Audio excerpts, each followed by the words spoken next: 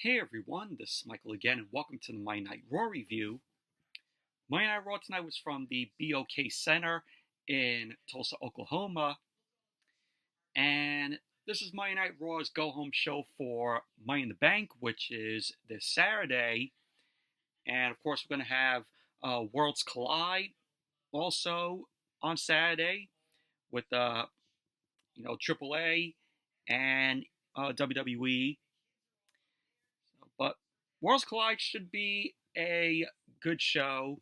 Sadly, I won't be covering Worlds Collide because I'll be at work when the show is on. But I will cover Money in the Bank on Saturday. So expect the Money in the Bank review.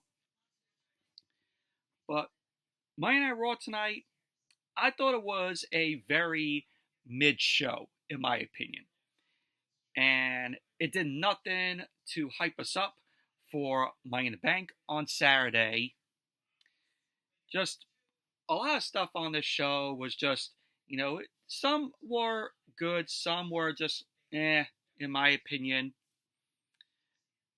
But we had two Triple Threat Money in the Bank qualifying matches to cap off the rest of the women and men's Money in the Bank, who will be the last men and women to enter their Money in the Bank matches. So we had Stephanie Vaquer, who debuted tonight on Monday Night Raw.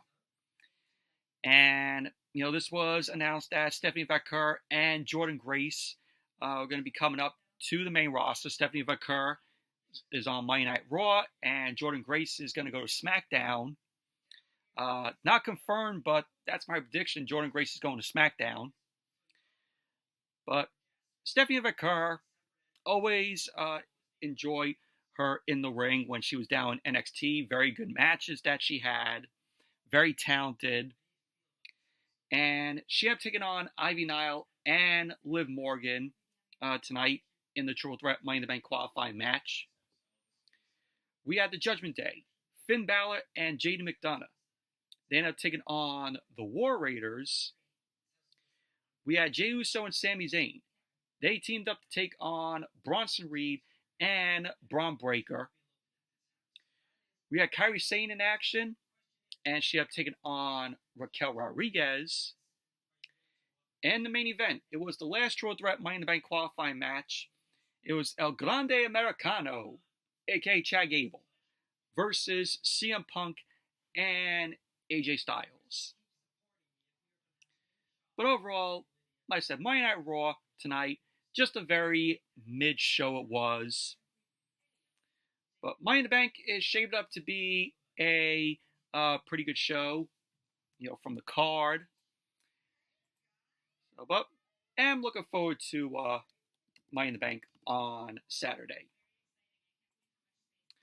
But before I get into the review, there was news that broke out over the weekend and some news that came out today. Apparently, we all know WWE did not renew R-Truth's contract, so R-Truth got released by WWE. He went on social media and thanking everybody.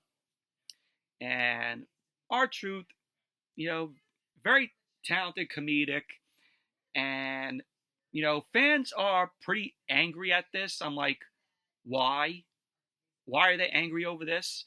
Because they should know, we all know, that every year after WrestleMania, WWE does some spring cleaning, releases some superstars that they don't have any future plans for. So this is once again the fans in the IWC just blowing things out of proportion. Yes, R-Truth, he was entertaining. But, aside from all that, yes, he was funny. But as you think about it, R-Truth was just a comedic jobber. He was the longest reigning 24/7 champion, which, God, we all want to forget that title even existed. What a terrible, horrible title the 24/7 title was. But yeah, when you think about it, aside from R-Truth being funny and entertaining, his stuff in the ring, you just think that, he was a comedic jobber. That's all he was in the ring. But I give props to R-Truth for being with the company this long. So we will miss R-Truth. Another person that WWE opt not to renew his contract is CARLITO. Yes, CARLITO's contract will not be renewed by WWE. And on Monday Night Raw tonight, when we saw the Judgment Day backstage, CARLITO was not present. And also the PS5, that they play back there, was not shown. So CARLITO was like, you know what? They're not renewing my contract. Oh, I'm taking the PS5 with me. So goodbye. I got my PS5. Enjoy, whatever you guys do. So yeah, CARLITO, gone from WWE. Another superstar that was released by WWE was Sarah Logan, aka Valhalla, which she took to social media and said, that WWE chose not to renew her contract, so she ended up getting released. So all this weekend, 3 former superstars got released: R-Truth, CARLITO, and Sarah Logan. And there were chants tonight of "We Want Truth" from the crowd. And WWE ended up muting the chants at points. At some points we heard, the fans chanting that, but WWE was kind of playing with the volume here and muting the fans cheering, for, "We Want Truth."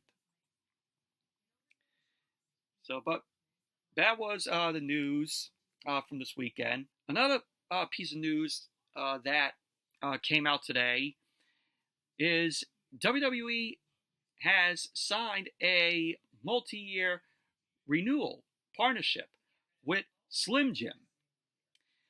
And there comes a twist with this.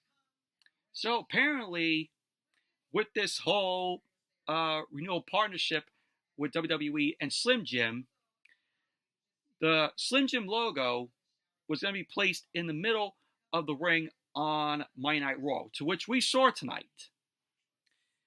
So Slim Jim is now WWE's center ring sponsor.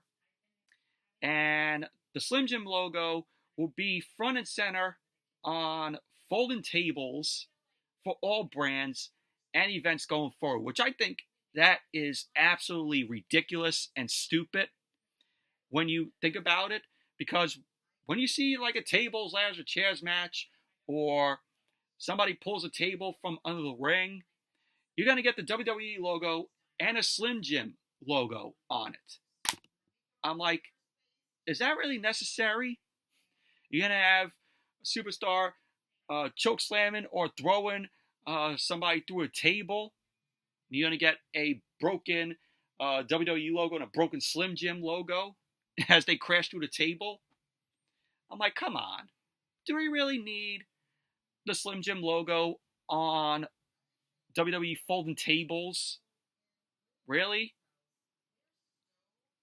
I mean, this is pretty much all TKO is doing. And I know a lot of people are going to be like, oh, well, blame Triple H for the releases of R-Truth, CARLITO, and Sarah Logan. Did Triple H have some part of it? Maybe. Who knows? But my opinion, I don't think this was a Triple H move with the releases of R-Truth, Sarah Logan, and CARLITO. I think it was all TKO's doing, because TKO ends up, reporting to, Triple H, Nick Khan, like, oh, well, we don't like this. Oh, this superstar is not matching up to our standards. Please, get rid of them. And TKO is just doing some damage to WWE, from that to the ticket prices. The ticket prices are skyrocketing. And I'm like, the tickets don't need to be that high to go to a WWE event. At SummerSlam this year at MetLife Stadium, front row tickets were like $4,000, $5,000 just to sit there. Front row, ringside, more up.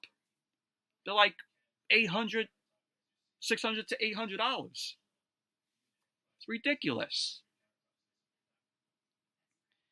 So, but just wanted to get out that news that came out, over the weekend, and the news that came out today with WWE and Slim Jim partnership.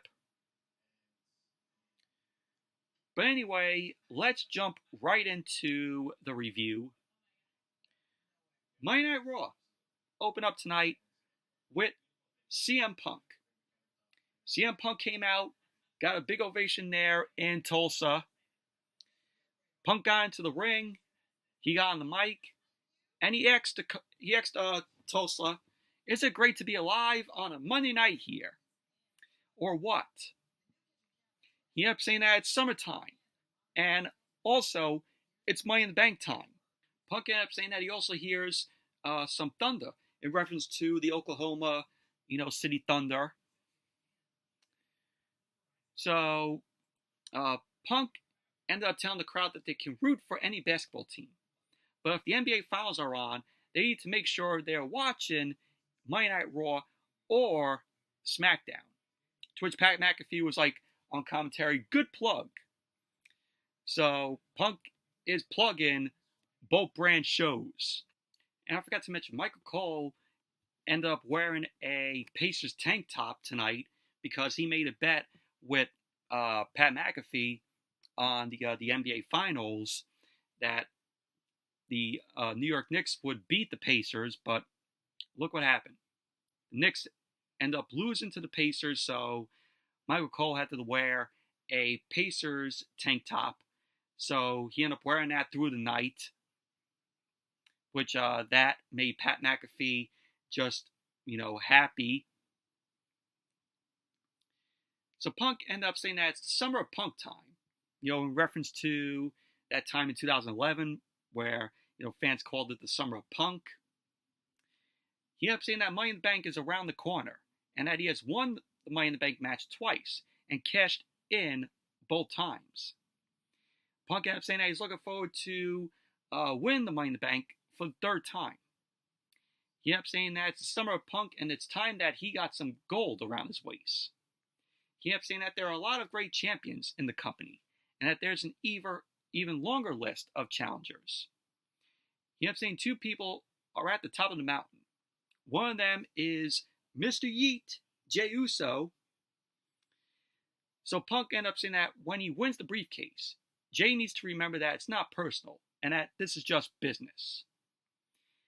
Punk ended up saying that the other person who might take it personally is John Cena. So Punk ended up saying that he's been in places like this for years, hearing people go banana. To which he ended up pointing to these people in the crowd sitting in front row. They were dressed as bananas, like they had like a banana costume that they were wearing on their head. So Punk ended up saying, now the tables have turned, since Cena sold his soul to a bald fraud goof, to which he was talking about The Rock. So Punk ended up saying that when he wins Money in the Bank, if he chooses, he's always had Cena's number. So Punk ended up saying, I'm going to come pick the bones, you little bitch. So Punk ended up saying that we're live on Monday night, and that he's no longer just happy to be here, and that it's all about the money. Punk ended up saying that it's time he became champion one more time. So Punk ended up saying that he'll see them at Money in the Bank when he qualifies tonight. to which Sami Zayn ended up coming out. Sami Zayn came out, he got into the ring. Punk ended up saying that he's not mad to be interrupted by Sami, to which Sami was like, I appreciate that. Sami ended up saying that the reason he's out here is that this is the first time since Punk has been back where he said what his plan is. He ended up saying that Punk wants to become world champion.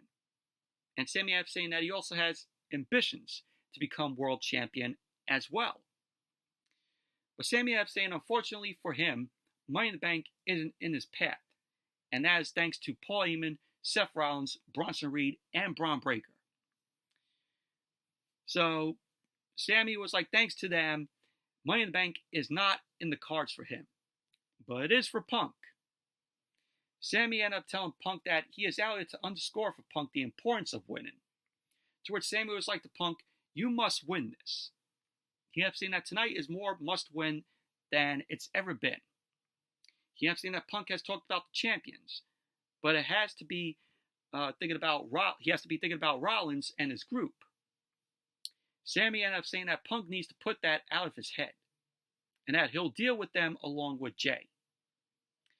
Punk ended up saying to Sami that he has his back, to which Sami ended up telling Punk to think about the task at hand. He ended up saying that Rollins is always thinking about Punk.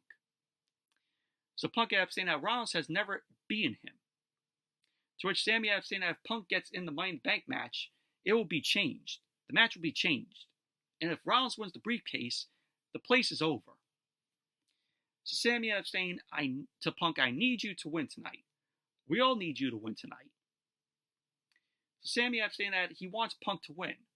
And should Punk win the Money in the Bank match, the contract, and then the World Championship, they'll be face to face in the ring again. And that they will have a very different conversation from the one they're having right now.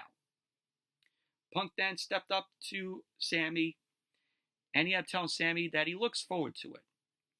Both guys ended up shaking hands, and Sami ended up walking off. And that was how the segment ended. But I thought this was a very good opening to Monday Night Raw here, and a good segment.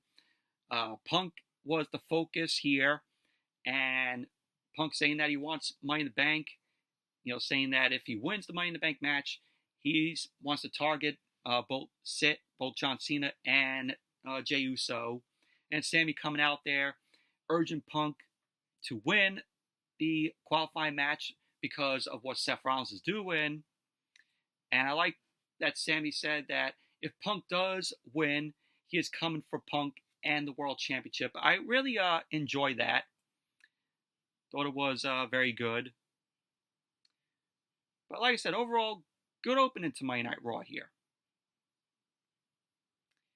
And then we had Liv Morgan and Raquel Rodriguez. They were backstage. Roxanne Perez walked up to both Liv and Raquel. Liv ended up warning Roxanne not to get involved in her match tonight. So then Liv walked off, and then she bumped into Io Sky, the Women's World Champion. Liv ended up telling Io that she will qualify for Money in the Bank and win the Money in the Bank match. She ended up saying to Io that when she does win, she's coming after Io. To which Io was like to Liv, oh, that's not going to happen. So Liv responded to that, and she ended up saying, watch me. So that was basically that. And then, as Monday Night Raw came back from the commercial, we saw a vignette of Raw's newest acquisition, Stephanie Vaquer.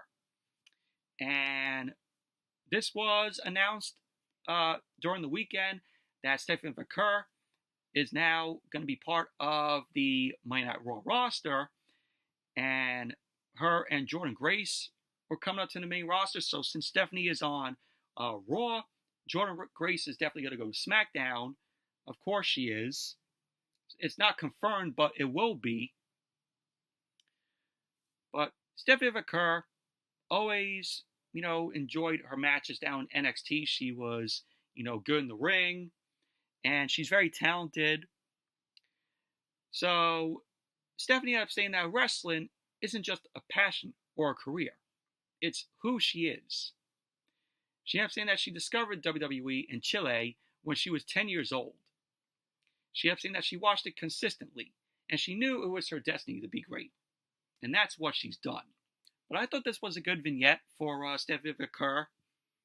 Thought it was, very well done. And this led to the match. Liv Morgan versus Ivy Nile versus Stephanie Vaquer. Triple threat Money in the Bank qualifying match. Stephanie Vaquer's in-ring debut on Monday Night Raw here. And this was a good match. Match started off with Liv Morgan and Ivy Nile ended up kicking Vaquer out of the ring. Ivy Nile showed tackle Liv Morgan. She ended up going for a roll-up on Liv, but Liv ended up getting out of the way. Vaquer ended up knocking Liv back. She ended up hitting both Liv and Ivy Nile with a springboard crossbody block to both of them.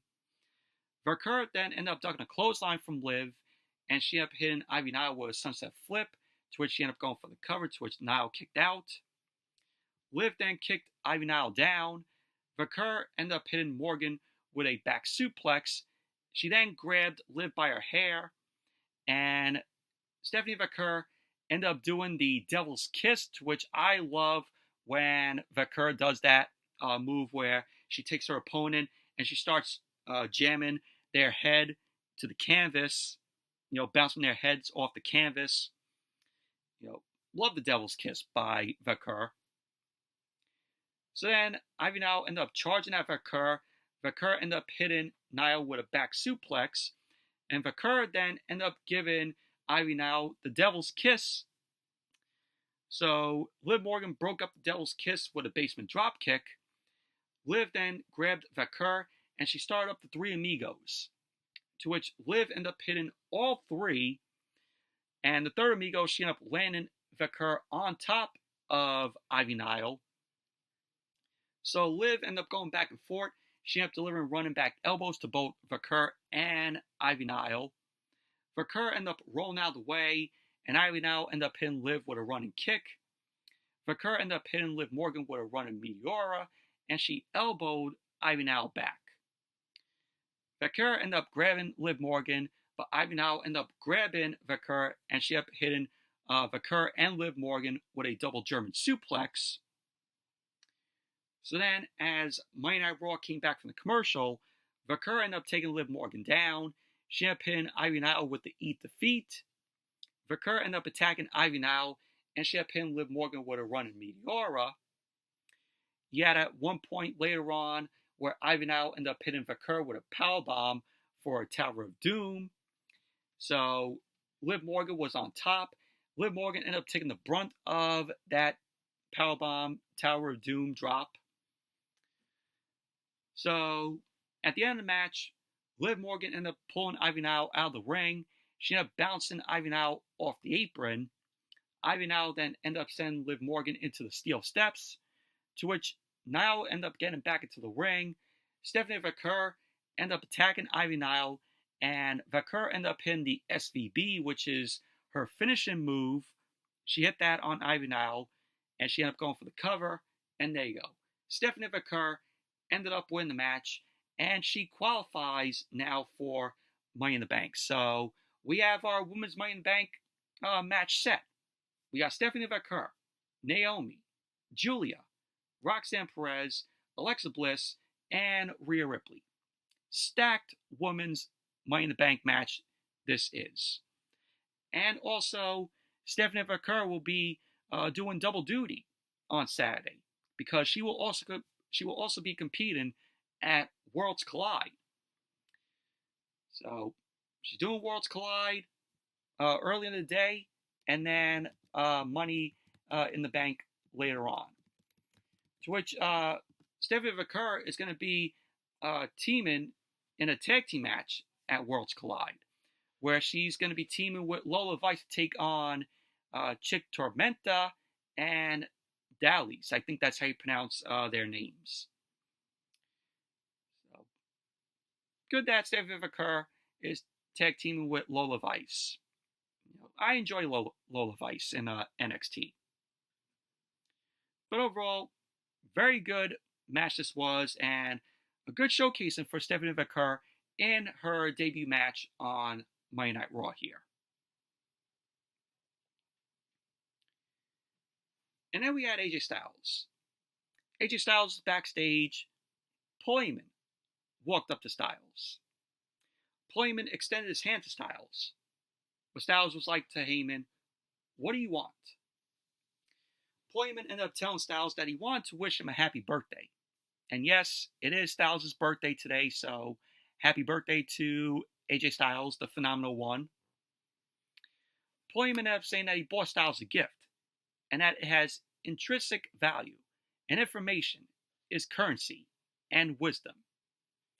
Paul Heyman ended up saying that he has the wisdom to bestow on Styles, that Dominic Mysterio is making a disgrace of the Intercontinental Championship.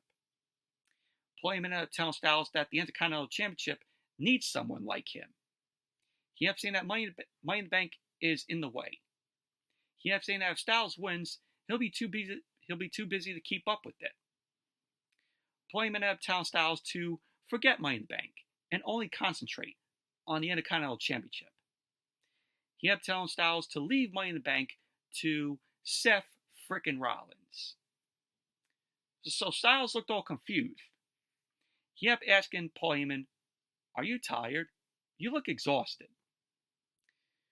So Paul Heyman ended up looking all disappointed. Styles ended up saying that he'll get back to Dirty Dom and the Intercontinental Championship. Styles ended up saying that he doesn't respond well to threats, and he knows what Paul Heyman was delivering. Styles ended up saying that he'll push back. He ended up telling Paul Heyman to tell Rollins that he knows all about his plan.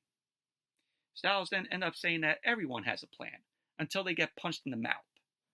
So Styles then ended up slapping Heyman hard on the shoulder, and he ended up walking off. So that was basically that. So Paul Heyman telling Styles to not concentrate and forget Money in the Bank and concentrate on the Intercontinental Championship.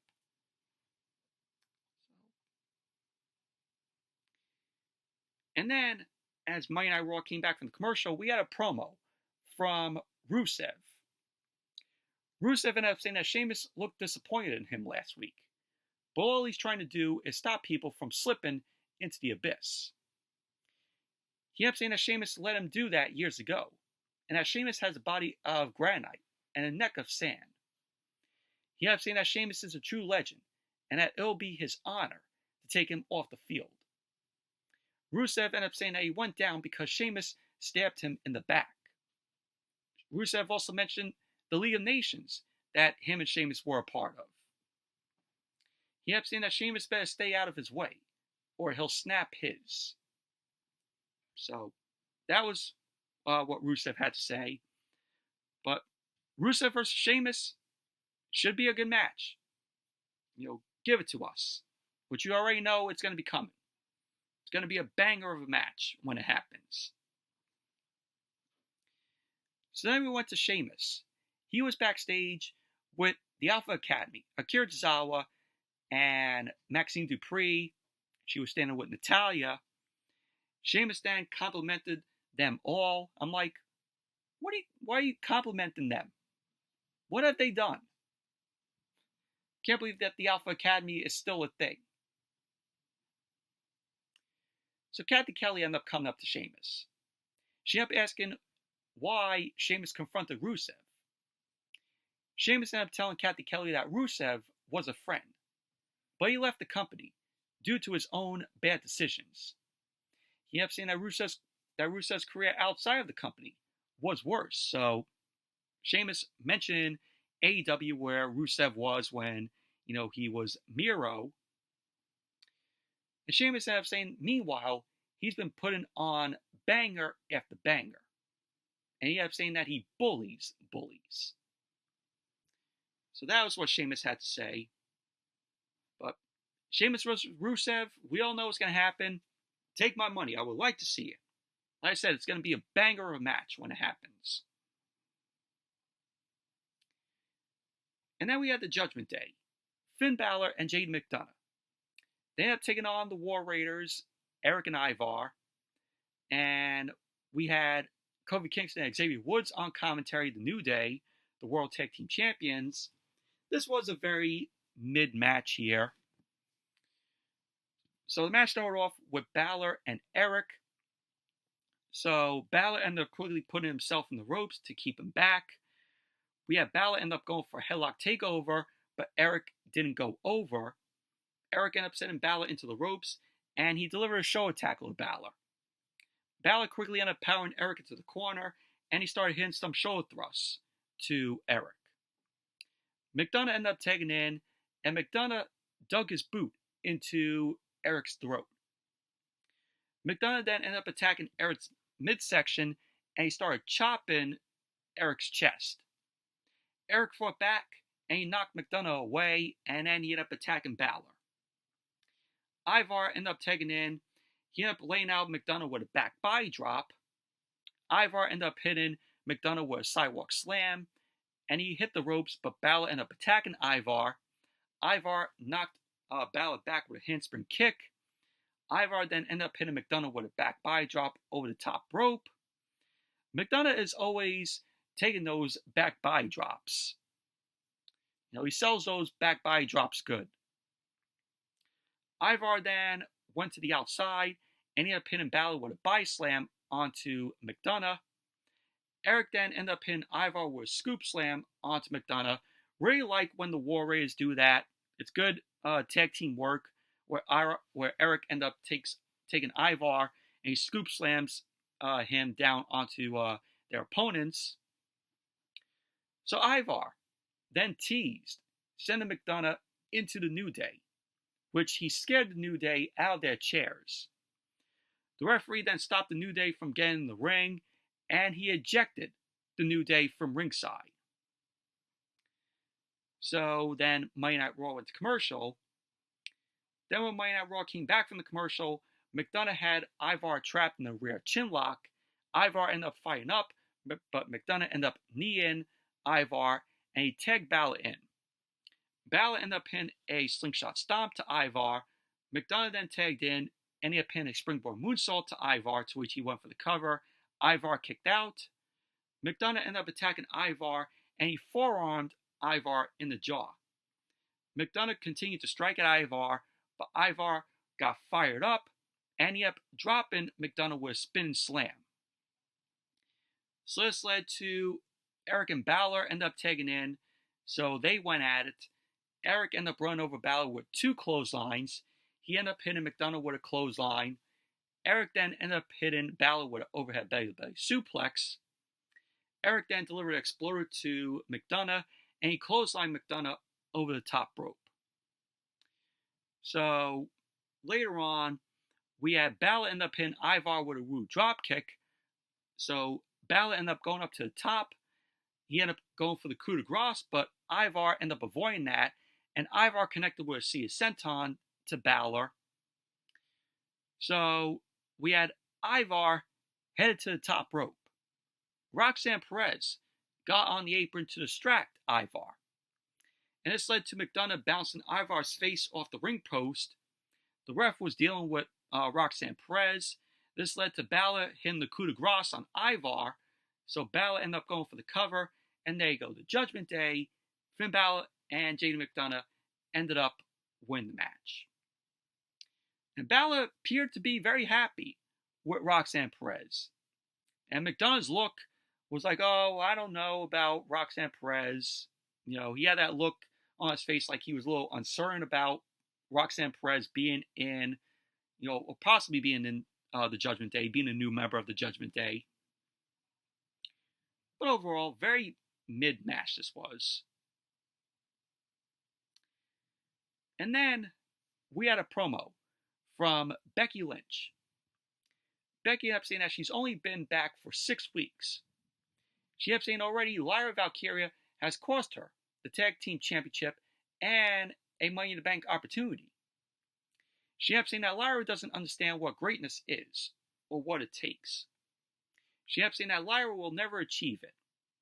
She ended up saying that Lyra has forgotten what she has done for her. Becky ended up saying that she has given Lyra any greatness she has experienced. She ended up saying that if Lyra squeaks out a victory, that'll be the worst thing that's ever happened to her, because she's not being able to challenge for the title hurts her. So Becky ended up saying that is the best thing that's ever happened to Lyra. Becky ended up saying that when she wins the Women's Intercontinental Championship, Lyra will have to raise her hand, the same hand that held her down. So that was what Becky had to say. I don't even care for this match on Saturday. I really don't. And then we had Cathy Kelly backstage with Stephanie Vaquer. Cathy Kelly ended up asking Stephanie how she is feeling. Stephanie ended up saying to Cathy Kelly that she feels great. So Rhea Ripley walked up to Stephanie. Rhea ended up shaking her hand. She ended up saying that she'll see her on Saturday. There you go. I can't wait to see Rhea Ripley and Stephanie Vaquer go at it in the Money in the Bank match on Saturday. Hell, this could be a good future WrestleMania match with Stephanie and Rhea. Book it for next year's WrestleMania. Stephanie Vaquer versus Rhea Ripley, money-making match if it happens at next year's WrestleMania. And then we had Lyra Valkyria. She headed down to the ring. She got on the mic. Lyra ended up saying that Becky has some big words while hiding in the back. So Lyra called out Becky so she can say what she has to say to her face. So of course, Becky ended up coming out. Becky got on the apron. She ended up going to speak, but Lyra ended up telling Becky to shut up. So Lyra ended up saying that Becky showed that she's delusional and that Becky's downfall needs to be studied. And she got over being a good person who never gives up. She ended up saying now Becky has given up being a good person. So Lyra ended up saying that she needed to get angry. And no one in her entire life has hurt her the way Becky has. So Lyra ended up saying that Becky unlocked the side of her that can destroy her. She ended up saying that she beat Becky blind. And that at Money in the Bank, she'll beat the crap out of her. Lyra ended up saying that she will ensure that Becky will never poison what it means to be the Women's Intercontinental Champion. Becky then ended up saying that the only thing poisoned is Lyra's perspective. She ended up saying that Lyra said that she hurt her worse than anyone else. And that Becky ended up saying that she may have hurt Lyra physically, but not emotionally. Becky ended up saying that she thinks Lyra is looking for a reason to hate her, so she can try to replace her. Becky ended up saying that she wanted to make Lyra better. And what will hurt Lyra the most is when she has to raise her hand. So Becky ended up walking off. Lyra ended up saying that she spoke a lot of big words, and that she wants to give Tulsa a preview of Money in the Bank. To which Becky ended up saying she don't want to fight in Tulsa. So she ended up telling Lyra, see you in LA on Saturday. So Lyra then chased Becky up the aisleway and started attacking Becky. Of course, refs ended up coming out to break things up between Becky and Lyra, and pretty much that was basically that. Awful, sleep-inducing segment this was. I don't care for this match on Saturday. I really don't. There's no hype value going into this match.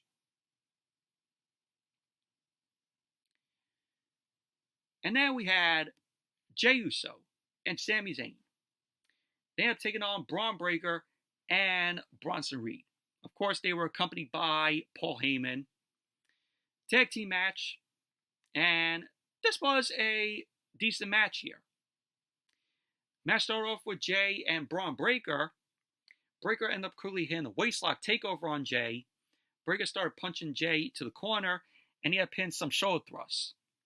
Breakker then ended up hooking Jey's head, but Jey fought back. Jey ended up hitting a running elbow and a snap kick to Breakker. Jey ended up powering Breakker down. He ended up going for the cover, to which Breakker kicked out. You had Breakker end up hitting a massive clothesline to Jey at wild speed. I like when Breakker has that full speed and he delivers, either a clothesline or a vicious spear to his opponents. But he laid out Jey with a massive wild clothesline. Turned Jey inside out. So then as Monday Night Raw came back from the commercial, Bronson Reed was now in the ring with Sami Zayn.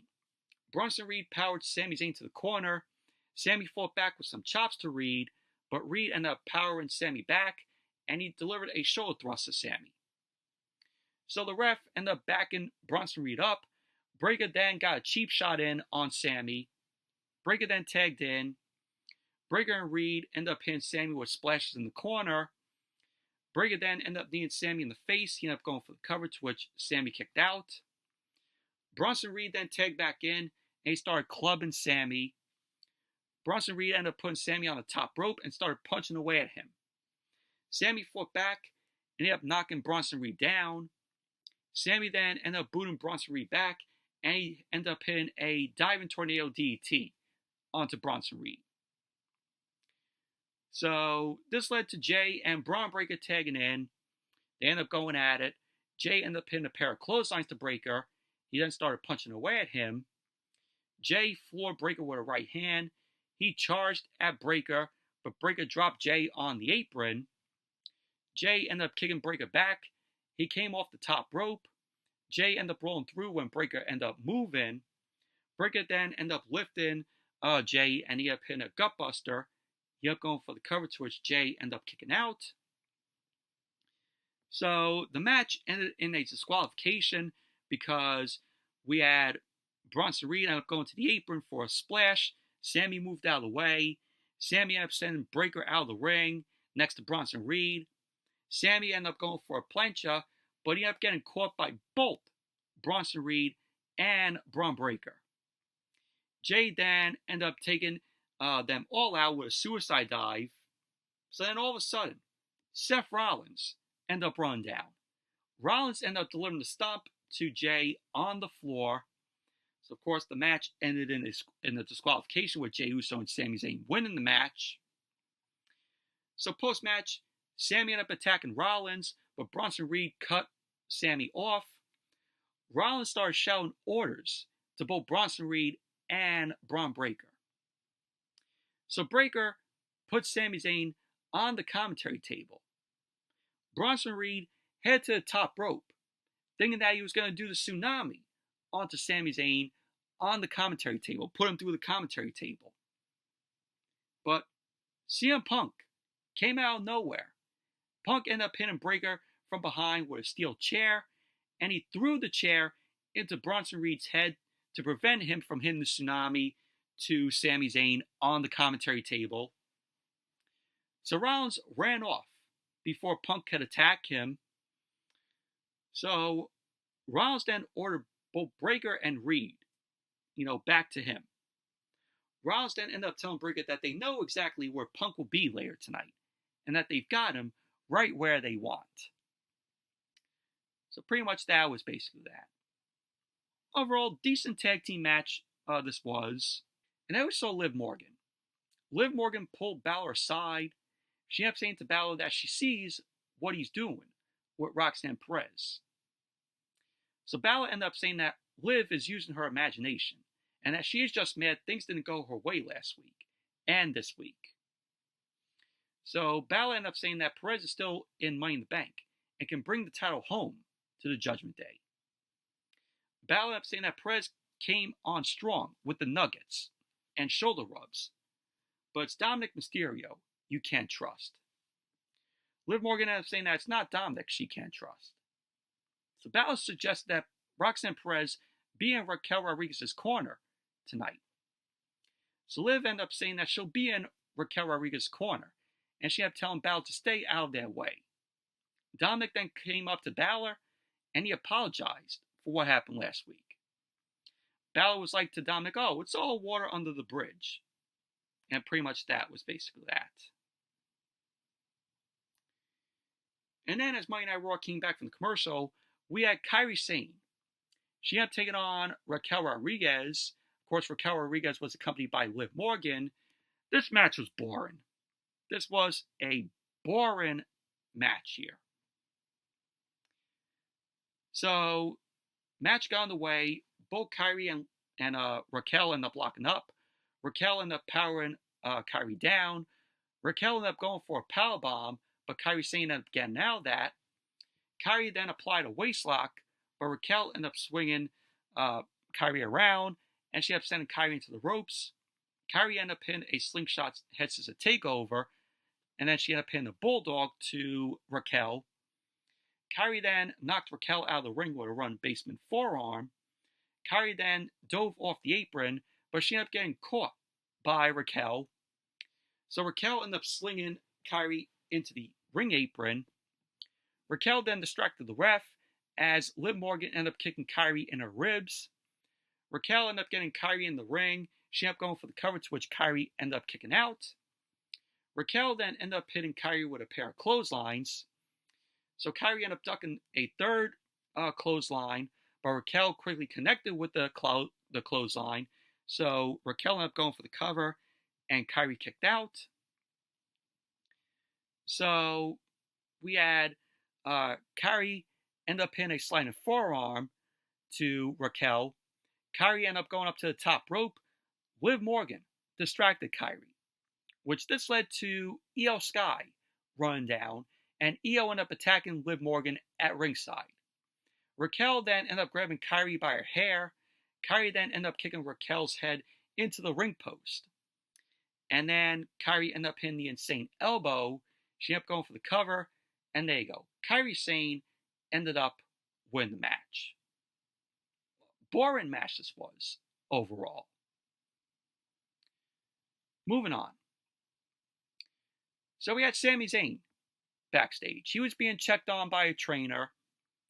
Karrion Kross approached Sami. Kross ended up saying that Sami is a liar, and he lies to the people and himself. Kross ended up saying that Sami should have been a world champion many times over. He ended up saying that Sami is a bad guy, like the rest of us. Sami ended up saying that Kross is wrong. Kross ended up telling Sami that he might be wrong, but he might be right too. So pretty much that was basically that. Another backstage segment with Karrion Kross here. Can we get this guy in the ring, please? All Karrion Kross is now reduced to is backstage segments with Sami Zayn or AJ Styles. Get this guy in the ring, please. Let him have a match. Can't remember the last match that Kross had. And then we saw Jey Uso. Jey Uso was in his locker room, and Gunther walked up to Jey. Gunther ended up saying to Jey that he just wants to talk and sit next to him.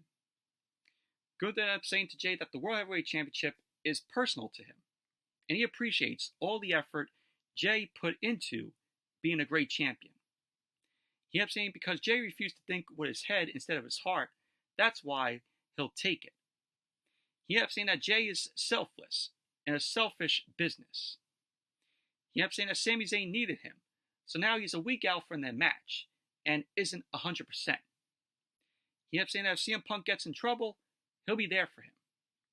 He ended up saying 2 days before he defends the title against him, he'll compete at Saturday night's main event, which he ended up botching. It's supposed to be Money in the Bank, because it's important to Cody. He ended up saying all that is no business of the World Heavyweight Champion. So Gunther ended up thanking Jey. He ended up saying ever since he lost to Jey, he knew he'd avenge it. He ended up saying right now Jey is making it very easy for him. He ended up saying in 1 week, the party is over. Jey then stopped Gunther from leaving, and he ended up saying 3 letters, 1 word, tap. So Jey ended up saying that he'll see Gunther next week. So there you go. That was basically that. Main event. The Triple Threat Money in the Bank qualifying match. AJ Styles versus El Grande Americano and Chad Gable versus CM Punk. And this was a decent match here. So before the match got underway, Punk told the ref to check El Grande Americano's mask to make sure that his mask is not loaded. Because you know how El Grande Americano, Chad Gable, ends up putting, a piece of metal in the mask to take out, his opponents. So the ref checked all over for El Grande Americano. He found nothing. So then the bell ended up ringing. Punk and Styles double teamed up on El Grande Americano, and he ended up sending him out of the ring. Punk and Styles then circled the ring, and they locked up. Punk applied a side headlock. Styles ended up whipping Punk off. He dropped down, and he leapt frog over him. So El Grande Americano ran in, and he took Styles down. El Grande Americano ended up hitting a monkey flip. Punk ended up running in, and he grabbed Americano. Americano ended up hitting Styles with a hurricanrana. Punk then knocked Americano out of the ring. He ended up standing Styles hard into the corner. He bounced Styles off the ring post. Punk then ended up sending Styles to the corner and ended up running into a boot from Styles. Styles then set up for the phenomenal forearm, but Americano ended up sweeping Styles' feet. Punk then grabbed Americano's mask, but Americano ended up snapping Punk off the top rope. Americano ended up hitting Punk with a cannonball off the apron. Americano then shoulder tackled Styles onto the commentary table, and then Monday Night Raw went to commercial. Then when Monday Night Raw came back from the commercial, Styles ended up hitting Americano with a back superplex. Punk then came off the top rope with an elbow drop onto Styles. Punk ended up getting up. He ended up hitting Americano with a pair of clotheslines. Punk then ended up hitting Americano and Styles with running high knees. We had Americano end up coming off the top rope with a cross body block onto Punk. Punk rolled through, and he put Americano in position for the GTS to go to sleep. Styles ended up breaking that up. Styles ended up hitting Americano with a reverse DDT. And he ended up simultaneously hitting Punk with the DDT. Styles ended up covering both guys, to which both guys ended up kicking out. So Styles ended up going for a Styles Clash on Americano, but Americano got out of that, and he applied the ankle lock on Styles. Punk then grabbed Americano for the GTS, but Americano countered that with an ankle lock on Punk. Punk rolled through. He ended up driving Americano into Styles, who then, Styles ended up hitting Americano with the Styles Clash. So Styles ended up going for the cover, and Punk broke up the pin. So we had Punk ended up pinning neckbreaker onto Styles. He ended up going for the cover, to which Americano broke up the pin. Punk put Americano on the top rope. Styles then grabbed Punk for the Styles Clash, but Punk ended up fighting out of that. Punk went for the GTS on Styles, but Styles slid off of that. Punk ended up rolling Styles up with a jackknife pin, but Americano ended up crushing them both with moonsault. So Americano ended up covering Styles, and Styles ended up kicking out. Americano ended up going back to the top rope, but Punk avoided the moonsault by Americano. Punk ended up hitting Americano with the GTS, and he ended up going for the cover, to which he got pulled out of the ring by Bron Breakker. So Bron Breakker and Bronson Reed, they double teamed on Punk at ringside. Jey Uso and Sami Zayn ran down to fight Breakker and Bronson Reed off. Styles then ended up delivering a springboard crossbody block, and he wiped everyone out at ringside. Styles then ended up going to the apron. He ended up going for the phenomenal forearm, but El Grande Americano headbutted Styles out of midair with the mask. Of course, the mask was loaded. So Americano ended up going for the cover, and there you go. El Grande Americano, Chad Gable, ended up winning the match. So it's now him, Andrade, Seth Rollins, LA Knight, Solo Sikoa, and Penta in the men's Money in the Bank match. But now Chad Gable will be doing double duty. He'll be at Worlds Collide, and he will be in Money in the Bank as El Grande Americano. But I thought this was a bad move here for El Grande Americano, Chad Gable, to win it. You know, I was pulling for Punk to win it, but you know, Punk will still be there on Saturday, without a doubt. But post-match, we had Punk was punching away at Bron Breakker. Seth Rollins ran down and he ended up attacking Punk Rollins then got Punk into the ring. Punk started to fight back at Rollins, and he lifted Rollins for the GTS, but Braun Breaker speared Punk. Sami Zayn then attacked Breaker, but Bronson Reed quickly ended up getting in. Rollins ended up hitting Sami with a stomp. Rollins then ended up delivering the stomp to Punk. Jay then superkicked both Braun Breaker and Bronson Reed. Rollins then grabbed Jay, and Breaker ended up hitting Jay with the spear. Rollins then ended up hitting Jay with the stomp. Bronson Reed then headed to the top rope, and he ended up delivering the tsunami to Jey Uso. He then ended up going up to the top rope again. He delivered a second tsunami to Jey Uso. So pretty much that was basically how Monday Night Raw went off the air. But overall, this was a decent main event here. Not too happy with El Grande Americano Chad Gable win the match. But now I am pulling for LA Knight to win Money in the Bank. I think LA Knight deserves it. Andrade, no, I mean he's good. He's good in the ring, but I don't see Andrade winning it. I don't see Seth Rollins winning it. Sikoa, definitely don't see winning it. Penta, he just came to the company, but it's too early for Penta to win Money in the Bank. If anybody's winning the Money in the Bank, it should be LA Knight. That's my pick. But overall, Monday Night Raw, mid-show it was, in my opinion. And for who wins the women's Money in the Bank, I'm going to have to go with Rhea Ripley. I think Rhea Ripley will win the women's Money in the Bank.